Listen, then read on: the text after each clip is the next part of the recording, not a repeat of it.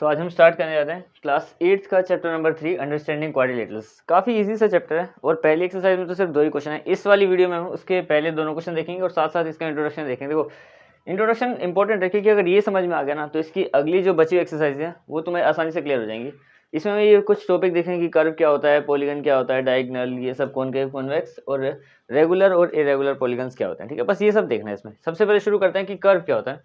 तो कर्व क्या होता है, मान लो कोई भी चीज़, मैं तुम्हें सारे डायग्राम के साथ समझाता हूँ। ठीक है, जैसे कि कर्व क्या है कि कोई भी एक चीज़ है, इस तरीके से हम बना रहे हैं जैसे कि कई सारे डॉट्स हैं, इन डॉट्स को हमने मिला दिया ऐसे करके, ऐसे ऐसे करके ऐसे, तो ये एक कर्व बन गया।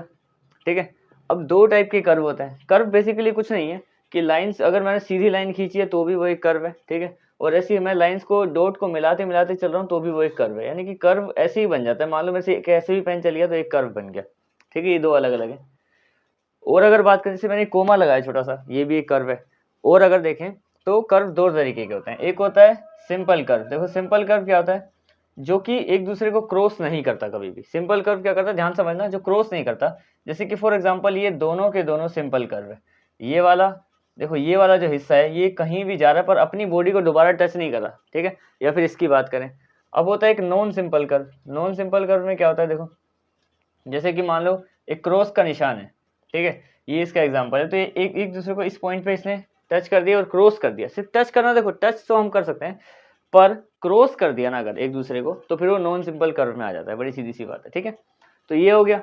अब बात करते हैं कि पॉलीगन कैसे कहते हैं। देखो पॉलीगन बेसिकली ऐसी चीज, ऐसे कर्व होते हैं जो स्ट्रेट लाइन से मिलके बनते हैं। ठीक है, तो हम क्या लिख सकते हैं यहाँ पे,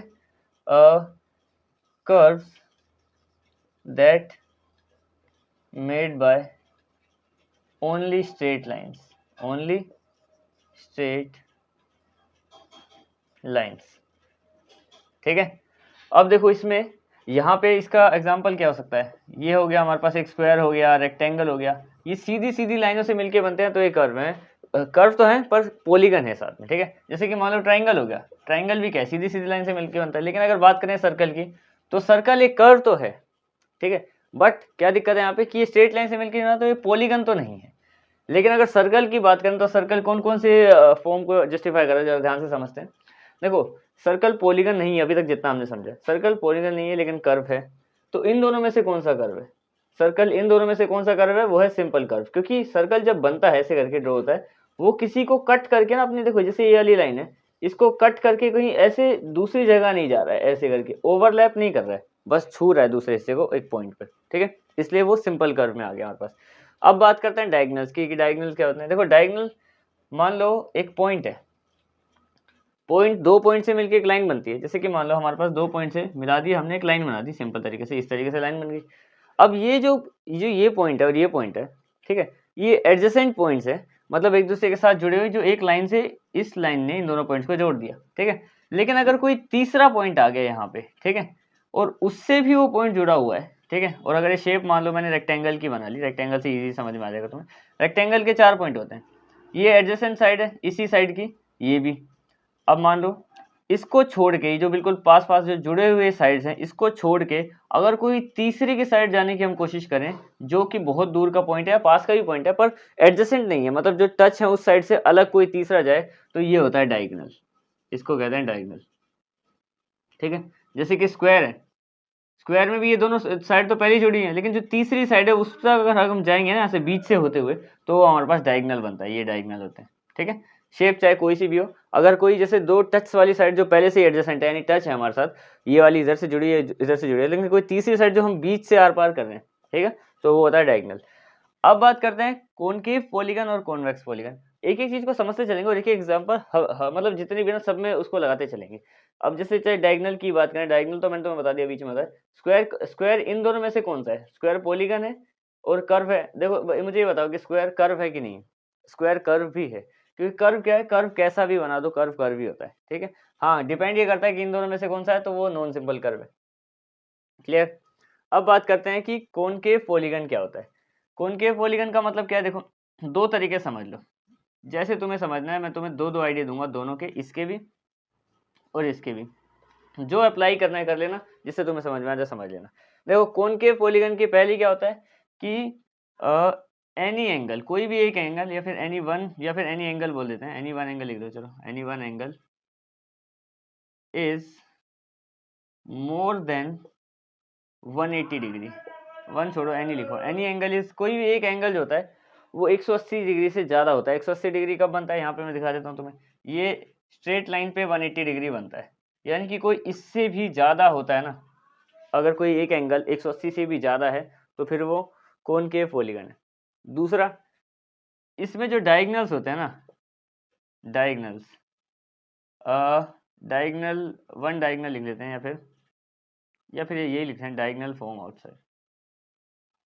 डायगनल जो होते हैं वो बाहर बनते हैं, सारे नहीं, कोई भी एक आध डायगनल बाहर बनेगा। मैं तुम्हें डायग्राम बना के दिखाऊंगा दोनों के, इसको भी देख लेते हैं। इसमें क्या होता है, all angles are less than 180, than 180, ठीक है। और इसमें डायगनल्स कैसे होते हैं, सारे डायगनल जितने भी होते हैं वो सारे इनसाइड बनते हैं, अंदर की तरफ। इन दोनों में से अगर कोई एक को भी फॉलो कर रहा है तो तुम सीधा बोल दो कि अच्छा इन दोनों में से एक प्रॉपर्टी दिख गई, मान लो तुम्हें दूसरी नहीं दिख पा रही है तो तुम ये देख लो और बोल दो कि हाँ कॉन्वेक्स है, ठीक है। इन दोनों में से कोई दिखी तो कॉनकेव है। दोनों के एक एक एग्जाम्पल देखते हैं, ठीक है। देखो, दो एग्जाम्पल बना रहा हूँ मैं, दो शेप बनाऊंगा, ठीक है। एक ये शेप है और एक ये शेप है। इन दोनों में तुम्हें बताना है कि कौन सा कॉन्वेक्स है कौन सा कॉनकेव है यहाँ पे। अब देखो ध्यान से, तो ये वाला एंगल 90 डिग्री लग रहा है, ये भी 90 डिग्री, ये कम लग रहा है, कम लग रहा है, ये वाला जो एंगल है ना, ये 180 तो सीधा होता है इतना, ये उससे भी थोड़ा और ज़्यादा है इधर इधर दोनों तरफ से, ठीक है। तो कौन से वाले में आ गया, ये कॉनकेव वाले में आ गया। अब दूसरा कैसे फुलफिल होगा, देखो डायगोनल क्या बोला है कि एक डायगोनल बाहर भी बन, एक डायगोनल एक से ज़्यादा बाहर भी बन सकता है। हम देखते हैं कैसे बनेंगे। डायगोनल की बात करें, अभी एंगल हटा देता हूँ मैं, ठीक है। डायगोनल की बात करें अगर सारे, तो डायगोनल कैसे बनाऊंगा मैं, देखो डायगोनल क्या होता है, कोई तीसरी लाइन मान लो ये इससे टच कर दी मैंने, ये इससे टच कर दी, ये वाली किससे कर सकता हूँ मैं, ये वाली तो इससे है ही, ये वाली इसकी तरह इसके थ्रू यहीं जा रही है, यहीं जा रही है। लेकिन देखो एक डायगोनल ये बाहर भी बन रहा है, मतलब शेप के बाहर भी एक डायगोनल हो गया। डायगोनल क्या होता है, पॉइंट से पॉइंट जहाँ पे टच हो, तो ये पॉइंट से पॉइंट तो टच हुआ पर ये शेप के बाहर से जा रहे हैं। देखो शेप तो यहीं खत्म हो गई है अंदर, लेकिन ये बाहर की तरफ को डायगोनल मैच हो गया, तो दोनों पॉइंट सेटिस्फाई हो गए कि एक एंगल 180 से ज्यादा है ये वाला और दूसरा डायगोनल बाहर बन रहे हैं। तो ये हमारा सीधी बात है, कौन सा, ये कॉनकेव है, कॉनकेव पॉलीगन। पॉलीगन क्यों, क्योंकि स्ट्रेट लाइन से मिलके बना है, ठीक है, सीधी बात। अब देखते हैं कि दूसरा वाला कॉन्वेक्स है कि नहीं है। देखो इसकी बात करें तो ये सारे के सारे जो हैं 180 से कम है। 180 क्या होता है, सीधी लाइन। सीधी लाइन अगर मैं खींचूं तो यहाँ पे थोड़ा और चाहिए, हर जगह थोड़ा थोड़ा एक्स्ट्रा चाहिए, तब जाके कहीं 180 के आसपास आएंगे, तो सारी 180 से कम है, ठीक है। एक तो ये हो गया। दूसरा क्या है कि इनके डायगोनल बनाने लगूंगा तो ये एक अंदर से बन जाएगा, दूसरा यहाँ से बन जाएगा। डायगोनल वो सीधी लाइन होती है जो कोई भी दो पॉइंट को जोड़ देती है, ठीक है। अब देखो क्या इसका कोई ऐसा तरीका है कि मैं इस वाली लाइन को इस वाली लाइन तक पहुंचा पर वो स्ट्रेट लाइन में ही हो, इसके अलावा हो, इसके अलावा कोई हो ही नहीं सकता। स्ट्रेट लाइन कैसे खींचूंगा मैं, एक स्ट्रेट लाइन में ऐसे कर सकता हूँ, लेकिन ये स्ट्रेट लाइन थोड़ी है, ये तो कर्व हो गया हमारे पास, ठीक है। तो ये क्या है हमारे पास, ये है कॉन्वेक्स पॉलीगन, ठीक है, ये भी हो गया। अब देखते हैं आगे, ये सारी चीजें तो समझ में आ गई धीरे धीरे। एंगल सम प्रॉपर्टी क्या होता है और वो दो चीजें देख लेते हैं, ठीक है। एंगल सम प्रॉपर्टी काम करते हैं, लास्ट में समझाता हूँ, इन दोनों को कर लेते हैं, इजी सही है टॉपिक, ठीक है। देखो रेगुलर पॉलीगन क्या होता है, इरेगुलर पॉलीगन क्या होता है, ये देख लेते हैं। रेगुलर का मतलब है all sides are equal, all sides are equal, ये होता है रेगुलर पॉलीगन। जैसे कि मान लो हमें पता है कि चार साइड है, चार साइड है, ये वाली इसके बराबर है, ये वाली इसके बराबर है, तो इसको हम रेक्टेंगल बोलते हैं। रेक्टेंगल क्या होता है, आमने सामने की साइड्स होती होती हैं वो बराबर होती हैं।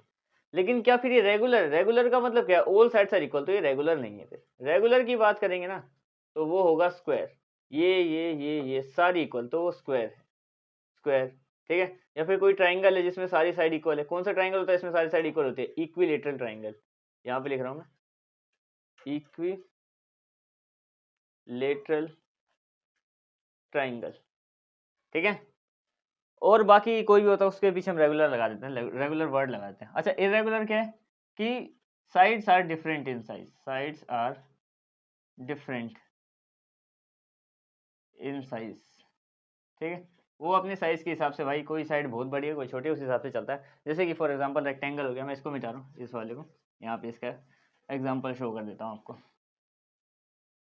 देखो एग्जांपल के लिए जैसे कि मान लो ये ट्राइंगल है, इसमें क्या है सीन, ये वाली साइड छोटी है, ये वाली उससे थोड़ी बड़ी है और ये वाली सबसे बड़ी है, इसलिए मैंने तीनों को अलग अलग निशान से करा कि भाई इसमें एक है सबसे छोटी, उससे बड़ी, इससे बड़ी। अगर सारी सेम होती तो मैं सिंगल निशान लगाता, देखो ऐसे 1 1 1, यहाँ पे 1 2 3 के हिसाब से लगाए। तो ये क्या है, ये एक ट्राइंगल है, पर ये कौन सा ट्राइंगल है, ये है एक scale and triangle. Scale and triangle है क्योंकि साइड डिफरेंट है, इसलिए ये इरेगुलर पॉलीगन है। इरेगुलर मतलब साइड अलग अलग है। रेगुलर का मतलब क्या होता है, रेगुलर का मतलब है कि भाई यहाँ पे साइड इक्वल होती है जितनी भी, अगर मान लो ये 2 दे रखी है तो ये 2 सेंटीमीटर सारी होगी, ठीक है। लेकिन अगर मान लो यहाँ पे ये 1 है, 1 सेंटीमीटर, तो ये 1 थोड़ी हो सकती है, 1 से ज़्यादा ही होगी, चाहे 2 हो चाहे 2, ये 2 से ज़्यादा होगी, चाहे 2.5 हो चाहे 3 हो, लेकिन 2 से ज़्यादा होगी, ठीक है, डिपेंड करता है। अच्छा, और एक ट्राइंगल मान लो, एक ट्राइंगल तुमने आइसोसेलेस ट्राइंगल देखा होगा जिसमें 2 साइड इक्वल भी होती हैं, ये वाली इक्वल है पर ये अनइक्वल है, तब भी ये इरेगुलर में ही आएगा क्योंकि इरेगुलर में सारी की सारी सेम होनी चाहिए, ठीक है, ये हो गया। अब बात करते हैं एंगल सम प्रॉपर्टीज की, आखिरी प्रॉपर्टी है। एंगल सम प्रॉपर्टी क्या होता है, basically sum of all angles in any figure. जैसे कोई भी फिगर है ना, उसके सारे जो एंगल्स का सम है उसी को एंगल सम प्रॉपर्टी बोलते हैं। जैसे कि ट्राइंगल है, ट्राइंगल की तुमने पढ़ी होगी, शायद नहीं भी पढ़ी होगी, तो देखो angle 1 plus angle 2 plus angle 3, यानी कि 1 2 3 तीन एंगल होते हैं, या फिर ए बी सी पी क्या और कुछ भी मानो, तो उनका सम होता है 180 डिग्री, ठीक है, ये तो पता चला है, या फिर तुम्हें पता होगा तो कोई बात नहीं। दूसरा देखो एक एग्जाम्पल कि मान लेते हैं क्वाड्रिलेटरल है, क्वाड्रिलेटरल वो होता है जो 4 साइड से मिलकर बनता है, ठीक है। क्वाड्रिलेटरल जैसे कि ये भी क्वाड्रिलेटरल है तो ये भी क्वाड्रिलेटरल है, मैं कैसा भी अजीब सा बना दूं तो ये भी क्वाड्रिलेटरल रहेगा, ठीक है, जो 4 लाइनों से मिलकर बन जाए वो क्वाड्रिलेटरल। अच्छा, इसकी बात करें, इसमें कितने एंगल होते हैं, 4 होते हैं, 1 2 3 4, angle 1 plus angle 2 plus angle 3 plus angle 4 equal to 360। तो ये तो चलो 2 याद ही रहते हैं सबको, लेकिन मान लो कि अब कोई 10 साइड वाला आ गया, 20 साइड वाला आ गया, तो कैसे पता लगाएं कि यार ये कितना होगा, हर बार दिमाग कैसे लगाएंगे, तो हम क्या करेंगे उसके लिए, एक एक हमारे पास फॉर्मूला है, n-2 मल्टीप्लाई 180 डिग्री, ये मल्टीप्लाई है, ठीक है। यहाँ से हम उसका सम निकाल सकते हैं, यहाँ पे कोई भी साइड लिखो अपने आप आ जाएगा। जैसे कि मान लो एक एग्जांपल ही करके देख लेते हैं, 2 एग्जांपल लिखेंगे ताकि तुम्हें क्लियर हो जाए, ठीक है। एक हम जो इसी में गिवन है उससे करेंगे और एक हम निकाल देंगे अलग से। अच्छा, अब देखते हैं n-2 मल्टीप्लाई 180 डिग्री। अच्छा देखो, इसका एक बार ट्राई करते हैं, क्या 180 आएगा, फिर इन दोनों में से किसका करें, चलो इसका कर लेते हैं, 360 आएगा कि नहीं आएगा। इसमें कितनी साइड है, 4 साइड है, n की जगह पे साइड लिखो, यानी कि 4 माइनस 2 मल्टीप्लाई 180 डिग्री। 4 माइनस 2 कितना होता है, 2 ही होता है, और 2 मल्टीप्लाई 180 कितना होता है, 360, यानी कि बिल्कुल ठीक है, आ गया। यहाँ पे बस क्या लिखना है, n की प्लेस पे उसकी साइड लिख दो, कितनी भी साइड है उसमें, ठीक है। यहीं पे दिखा देता हूँ मैं, यहाँ पे बना के दिखाता हूँ तुम्हें। अब मान लो एक है पेंटागन जिसमें 5 साइड होती है, ठीक है। अब इसका सम कितना होगा, इसका सम होता है 540। अब देखते हैं इस फॉर्मूले से आएगा कि नहीं आएगा। क्या करते हैं हम लोग, बस n-2 मल्टीप्लाई 180 डिग्री कर देते हैं। n की जगह पे साइड कितनी है इस पर, 5 माइनस 2 मल्टीप्लाई 180 डिग्री, कितना आ गया यहाँ पे 3 multiply this equal to 540 degree, क्योंकि 18 3 54 होता है, ठीक है। ये हो गया 540 डिग्री, बस ये है, ठीक है। ये इसका इंट्रोडक्शन था, ये समझ गया तो चैप्टर और इजी हो जाएगा। अब इसके देखो, इस वाली एक्सरसाइज हम 3.1 इसके बाद डिस्कस करने वाले हैं, इसकी एक्सरसाइज 3.1, उसमें सिर्फ 2 ही क्वेश्चन है, और वो जनरली किस किस से सोल्व हो जाएंगे इतना तुम्हें पता होना चाहिए, बस ये कुछ पता होना चाहिए थोड़ा बहुत। एंगल सम प्रॉपर्टी के अभी क्वेश्चन नहीं आएंगे, ठीक है। 3.1 पे आते हैं। अब हम आते हैं इसके क्वेश्चंस पे। इसमें 2 क्वेश्चन है, देखो यहाँ पे ये 8 डायग्राम है और यहाँ पे इसके सवाल पूछे गए हैं कि इनमें से कौन कौन से ये बताने। दूसरे क्वेश्चन में क्या है कि रेगुलर पॉलीगन क्या होता है, और अगर रेगुलर पॉलीगन में 3 साइड है, 4 साइड है, 6 साइड है, तो उनको हम क्या क्या बोलेंगे, बस ये बताना है। 2 क्वेश्चन है, इतनी सी एक्सरसाइज है टोटल, इसको सोल्व करते हैं जरा। देखो सबसे पहले हमें क्या बताना है कि सिंपल कर्व इन 8 में से कौन कौन से सिंपल कर्व है। देखो सिंपल कर्व का मैंने तुम्हें पहले ही बता दिया था कि सिंपल कर्व वो होता है जो एक दूसरे को कभी भी ओवरलैप नहीं करता। जैसे कि मान लो एक जगह से ऐसे क्रॉस बन गया ऐसे करके, तो इसने इस वाली लाइन को इस वाली लाइन पे यहाँ पे काट दिया, तो एक तो वो नहीं करता, और दूसरा कि सिंपल कर्व हम एक बार ऐसे ऐसे करते रहे कितना भी, लेकिन हम एक बार से ज्यादा पेन उठा नहीं सकते। एक बार में जितना बनता है वही सिंपल कर्व होता है, ठीक है। तो ये 2 चीजें ध्यान में रखते हैं, और इन सब में से देखते हैं कि पहले सिंपल कर्व वाले को कौन कौन फुलफिल करता है। देखो क्या ये सिंपल कर्व है, हम एक बार में इसको ऐसे करके बना सकते हैं, ना हमें पेन उठाने की जरूरत पड़ेगी, ना ये किसी भी लाइन को काट रहा है, यहाँ पे डॉट के बाद घूम जा रहा है, हर बार कोई काट नहीं रहा है। तो भाई पहली वाली फिगर तो है, ये वाली है सिंपल कर्व। क्या ये एक बार में हो जाएगा, बिल्कुल, ना हमें पेन उठाना पड़ेगा, ना कोई लाइन कट रही है यहाँ पे। तो दूसरा भी है, ठीक है। इसकी बात करें ये किसी को कट तो नहीं करा, पर इस सर्कल को बनाने के बाद हमें उठाना पड़ेगा इस पेन को फिर दूसरा बनाने के लिए, तो ये सिंपल कर्व में नहीं गिना जाएगा। इसकी बात करें तो इसमें कई सारी लाइन कट रही हैं एक दूसरे के साथ, देखो यहाँ पे, तो ये भी सिंपल कर्व नहीं है। इसकी बात करें तो ये भी एक ही बार में शेप बन जाएगी, तो ये वाली फिफ्थ वाली भी है, ठीक है। और देखते हैं, ये भी हम एक बार में बना सकते हैं और ये भी हम एक बार में बना सकते हैं। 6 और 7, 8 की बात करें तो देखो यहाँ से अगर मैं शुरू करूँ ऐसे करके, तो यहाँ से फिर इस लाइन को वापस छूना पड़ेगा, इसलिए सिंपल कर्व नहीं है, क्योंकि एक बार जो लाइन टच हो गई उसको दोबारा टच नहीं कर सकते, क्रॉस नहीं होना चाहिए कभी भी, ठीक है। तो ये हो गए 1 2 5 6 7। अच्छा, सिंपल क्लोज कर्व देखते हैं, मतलब सिंपल कर्व भी हो और साथ में बंद हो, ठीक है। तो क्या ये बंद है? ये बिल्कुल हर जगह से बंद है, ये भी बंद है, 1 2 तो बंद ही है यहाँ पे, ये दोबारा लिख सकते हैं 1 और 2। ये तो कर्व ही नहीं है दोनों, ये बंद है क्या? बिल्कुल बंद है ये भी फिगर। ये भी क्लोज है, ये भी क्लोज है, यानी कि इन दोनों को भी लिख देंगे 6 और 7। ये बिल्कुल ही सेम आंसर है जैसे ऊपर वाला था, क्योंकि सिंपल कर्व है, सिंपल क्लोज कर्व भी। अच्छा, पॉलीगन देखते हैं। पॉलीगन जो सिर्फ स्ट्रेट लाइन से मिलके बनता है वो पॉलीगन होता है। तो स्ट्रेट लाइन से मिलके 1 2 और बस 2 ही है इसमें, तो यहाँ पे आएगा 1, ये बन गया हमारे पास 1 और 2। ये पहले 2 हैं जो पॉलीगन है, ठीक है, स्ट्रेट लाइन से मिलके बन रहे हैं और कोई भी एक लाइन दूसरे को कट नहीं करी, सीधी बात है। आगे देखते हैं कि कॉनकेव पॉलीगन है क्या इनमें से कोई, क्योंकि देखो स्ट्रेट लाइन, देखो यहाँ पे जो कर्व आ रहे हैं ना ये वाले सर्कुलर, तो स्ट्रेट लाइन से मिलके नहीं बने तो पॉलीगन में ही हट गए, ठीक है। और इसमें क्या दिक्कत थी कि इसमें एक दूसरे लाइन को कट कर रहा है तो पॉलीगन में नहीं काउंट होगा। अच्छा, इन दोनों की बात करें, 2 ही पॉलीगन है, तो इनमें से कॉनकेव कौन सा और कॉन्वेक्स कौन सा है? कॉनकेव की बात करें तो देखो इसका ये वाला एंगल ज्यादा है और ये बाहर से मिल रहा है इसका ये वाला डायगोनल, और ये एंगल ज्यादा है, तो ये वाला है कॉनकेव। हमारे पास जो फर्स्ट वाला है वो कॉनकेव है और ये वाला कॉन्वेक्स है, क्योंकि सारे डायगोनल भी अंदर बनेंगे और एंगल भी सारे 180 डिग्री से कम है, ठीक है, क्लियर। ये हो गया, ये पहले क्वेश्चन के आंसर है। दूसरा देखते हैं कि what is the regular polygon and state the name of the regular polygon if उनके पास 3 साइड, 4 साइड या फिर 6 साइड है, ठीक है। तो पहली बात तो यहाँ पे लिखते हैं कि रेगुलर पॉलीगन होता क्या है, उसका सोल्व कर देते हैं। रेगुलर पॉलीगन, रेगुलर पॉलीगन, इसकी डेफिनेशन बनेगी ऑल साइड्स ऑफ पॉलीगन